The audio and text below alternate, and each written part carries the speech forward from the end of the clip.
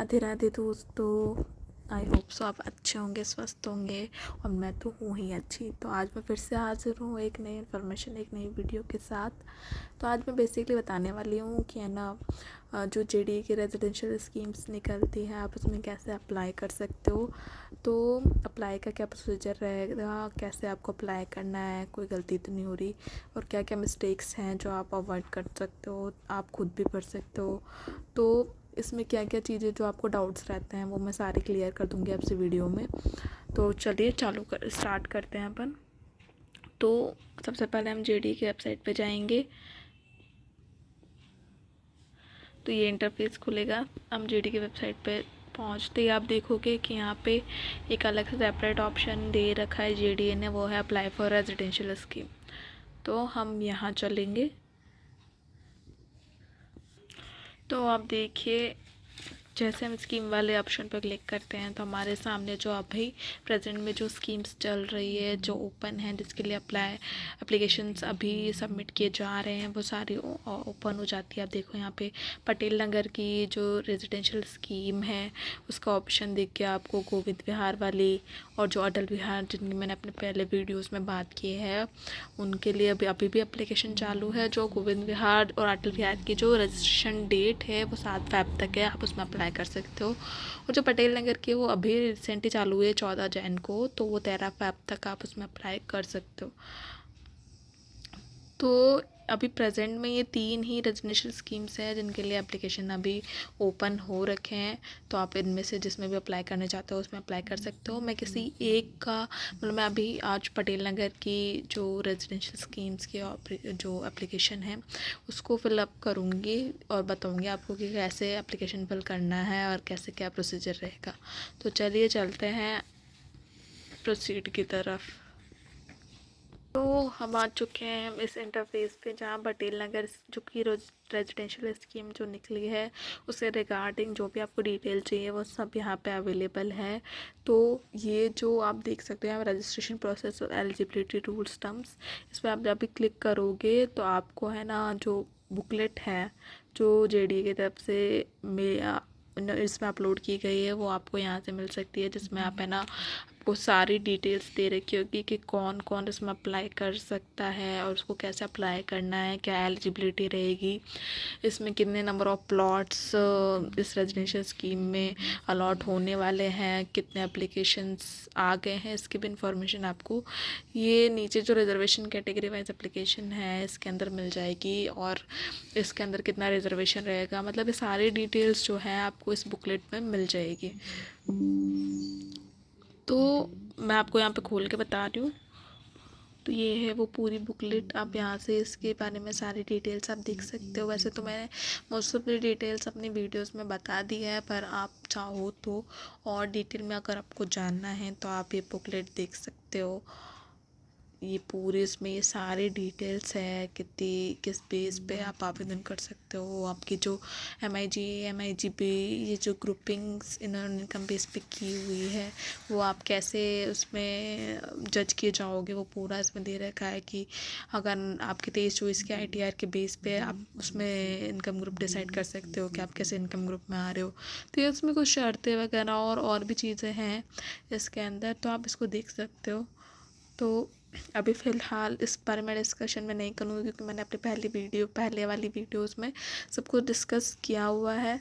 तो ये जो सेकंड ऑप्शन है इसमें आप देख सकते हो कि अब तक कितने, आप यहाँ देख सकते हो कि ये अभी प्रेजेंट की आपके अब तक कितने एप्लीकेशंस आ चुकी है उसकी डिटेल पूरी दे रखी है। तो अभी 10:07 और आप देख सकते हो अब आज 19 तारीख को इसमें अब तक 3417 फॉर्म आ चुके हैं। खैर मैंने 15 मिनट पहले देखा था तब 3404 थे, मतलब आप देख सकते हो कि ना 15 मिनट के अंदर अंदर इसमें 13 एप्लीकेशन फॉर्म और भर दिए गए हैं।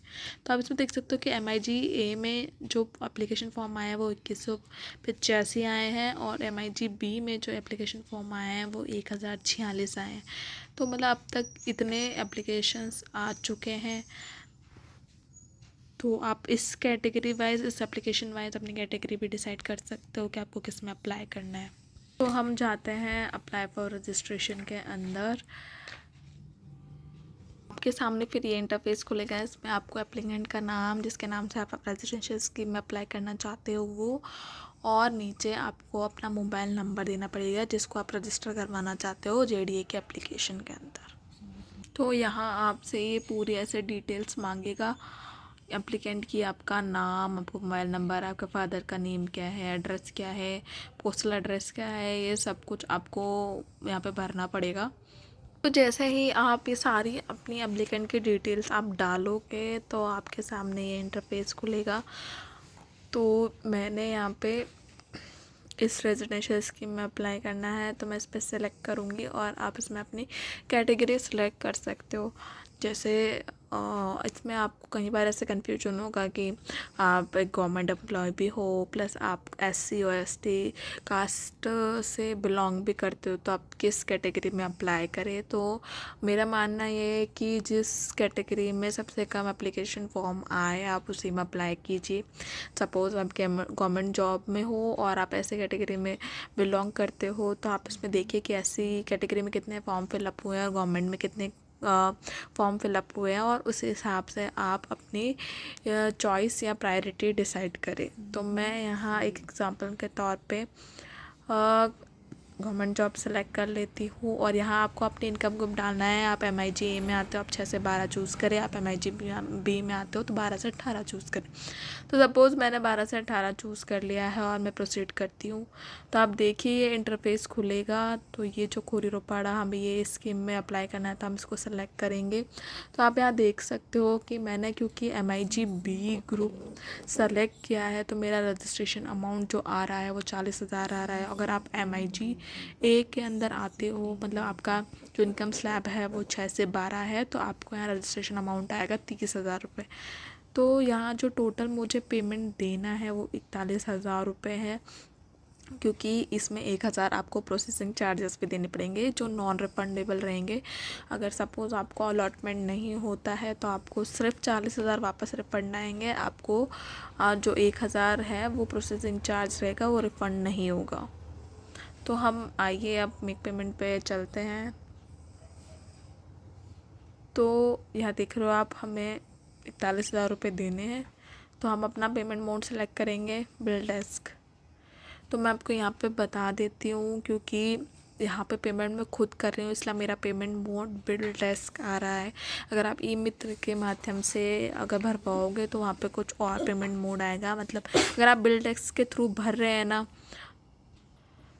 तो आप यहाँ पे देख सकते हो कि इसमें साफ साफ लिखा है कि आप नेट बैंकिंग या डेबिट कार्ड यूज़ करके अगर आप कोई पेमेंट कर रहे हो तो आपको यहाँ पे कोई भी ट्रांजैक्शन चार्जेस देने की ज़रूरत नहीं है। तो मैं अब यहाँ पे मेक पेमेंट पे जाती हूँ। तो अब यहाँ पे आपको अलग अलग ऑप्शंस दिखेंगे आगे आके कि आप किस किस मोड से अपना पेमेंट कर पाओगे। तो यहाँ पे आप देख सकते हो कि यहाँ अलग अलग पेमेंट मोड आपको दिख जाएंगे। Net banking, debit card, credit card, QR code, wallet से आप करना चाहो तो, प्लस आप अपनी UPI ID से भी पेमेंट कर सकते हो। तो यहाँ पे मैं आपको एक कन्फ्यूजन आपका दूर कर देना चाहती हूँ क्योंकि मैंने पूरा आपको एप्लीकेशन प्रोसेस बता दिया है, लेकिन यहाँ पे कोई भी बैंक की डिटेल्स मुझसे मांगी नहीं गई है। तो मैं आपको यहाँ पे एक कन्फ्यूजन दूर कर देती हूँ क्योंकि हम खुद से पेमेंट कर रहे हैं, खुद ही अपना फॉर्म फिलअप कर रहे हैं। तो यहाँ आपको बैंक डिटेल JDA नहीं मांगेगा। आप जिस मोड के थ्रू आप पेमेंट करोगे आपको उसी मोड के थ्रू वापस पेमेंट रिफ़ंड हो जाएगा। लेकिन अगर आप सेम ई-मित्र के माध्यम से अगर आप अपना फॉर्म फिलअप करा रहे हो ई-मित्र के थ्रू, तो आपको वहाँ पे अपनी बैंक डिटेल देना बहुत ज़रूरी हो जाता है, क्योंकि वो फिर पेमेंट आपके रिसीवर मतलब आपके जो एप्लीकेंट है उसके बैंक अकाउंट में करेंगे, इसलिए वो आपसे बैंक की डिटेल ज़रूर मांगेगा। लेकिन यहाँ मैं अपना फॉर्म खुद फिल कर रही हूँ और मैंने अपना पेमेंट मोड जो है बिल डेस्क चूज़ किया है। तो मैं जिस मोड से सपोज़ मैंने QR कोड स्कैन करके पेमेंट किया है फ़ोनपे से, तो मैंने अपना जो मोड है मेरा पेमेंट करने का फ़ोनपे है, तो मेरी बैंक डिटेल उनके पास ऑलरेडी जा चुकी है और वो उसी मोड में जब अगर मुझे अलॉटमेंट नहीं होगा तो वो मेरा पेमेंट वापस रिफ़ंड करेंगे। तो ये थी उस पेमेंट की बात। और दूसरी चीज़ मैं जो आपको बताना चाहती हूँ वो ये है कि अगर आप है ना last day of residential scheme apply करने के लास्ट डे में अगर है ना अप्लाई कर रहे हो तो प्लीज़ क्यूआर कोड यूपीआई वगैरह जो थर्ड पार्टी पेमेंट मोड है उससे पेमेंट करने में अवॉइड कीजिएगा। आप प्रेफर कीजिएगा कि आप नेट बैंकिंग और डेबिट कार्ड के थ्रू ही पेमेंट करें, क्योंकि जो आप क्यूआर कोड यूपीआई डाल के आप पेमेंट करते हो वो थर्ड पार्टी पेमेंट होता है जिसको वेरीफाई करने में थोड़ा सा टाइम लगता है, तो वो सक्सेसफुली दिखाने में थोड़ा टाइम लेगा। इसलिए आप अगर चाहते हो कि आपका पेमेंट कहीं अटके नहीं या आपके पास इतना टाइम नहीं है तो आप प्लीज़ आप प्रेफर कीजिएगा कि आप नेट बैंकिंग या डेबिट कार्ड से ही इसका पेमेंट करें। बाकी क्यूआर कोड से नो डाउट यूपीआई से भी पेमेंट हो सकता है, पर उसको वेरीफाई होने में 2 से 3 घंटे या 24 घंटे का टाइम लग जाता है। तो मतलब सेफ़ है ये भी, पर बस वही है वेरीफाई होने में थोड़ा सा टाइम लगता है। तो आप ऐसे अपना एप्लीकेशन फॉर्म फिल कर सकते हो। इस बार वो लोग डॉक्यूमेंट अपलोड नहीं करवा रहे हैं।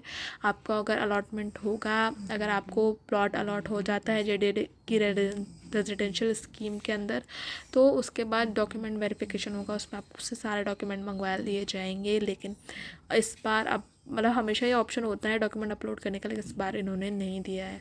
तो इसी के साथ मैं अपने वीडियो को यहीं ख़त्म कर रही हूँ। और आपको अगर मेरा वीडियो पसंद आए तो लाइक शेयर सब्सक्राइब ज़रूर कीजिएगा, और ताकि मैं और अच्छे अच्छे इन्फॉर्मेशन और यूज़फुल वीडियोस आपके सामने लेके आ सकूँ।